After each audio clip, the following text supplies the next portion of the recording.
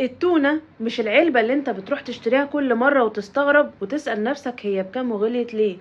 التونة نوع من انواع السمك، عارفة انك عارف، لكن ايه ارتباط سمكة التونة بالزئبق؟ بسبب حاجة اسمها التراكم البيولوجي. يعني الزئبق اللي بينتج من التلوث والتعدين وحرق الفحم بيروح للسمكة الصغيرة، والسمكة الكبيرة تتغذى على السمكة الصغيرة، ويفضل الأكبر يتغذى على الأصغر لحد ما نوصل لسمكة التونة. فبالتالي بيتراكم فيها كميات كبيرة من الزئبق، مفتتة بقى ولا قطع مش فارقة. فحاول تقلل سمكة التونة على قد ما تقدر، خصوصا للأطفال والحوامل. اصلا في ناس ما كانتش تعرف ان الزئبق ماده سامه، فاكرينه مواد حافظه، عشان كده بيغسلوا التونه ويصفوها من الزيت ويضيفوا لها الخل ووصفات بقى كتير، فاكرين نفسهم ان هم كده بيتخلصوا من الزئبق. لكن للاسف الزئبق موجود في لحم التونه نفسه، اللي بينتج بقى من التلوث زي التعدين وحرق الفحم، ويروح يتركز فين؟ في المحيطات. وسمكه التونه بتعيش في المحيطات. بصراحة يعني انتي خوفتينا جدا، ده احنا كنا معتمدين على التونة كوجبة صحية خفيفة سريعة فيها بروتين، بنلعب رياضة، بنروح الجيم، تقومي تخوفينا وتقولي لنا تسمم؟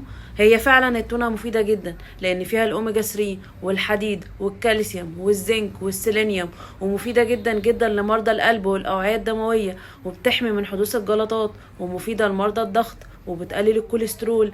كمان مفيدة وبتعالج الناس اللي عندهم انيميا، خصوصا لو عليها عصرة ليمون.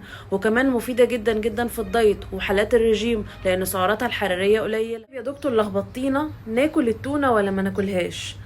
دايما بقول وهفضل اقول ان الافراط في اي حاجة حتى لو صحية غلط، فما نزودش عن 3-4 مرات تونة في الشهر. طب ايه الفرق بين التونة المفتتة والقطع؟ بعناية كده، المفتتة بتبقى شاربة زيت عن القطع، حتى لو هرسنا القطع ما بتبقاش شكلها او قوامها او شاربة زيت زي المفتتة. كمان غالبا التونة المفتتة بتبقى هرس لجميع اجزاء الجسم.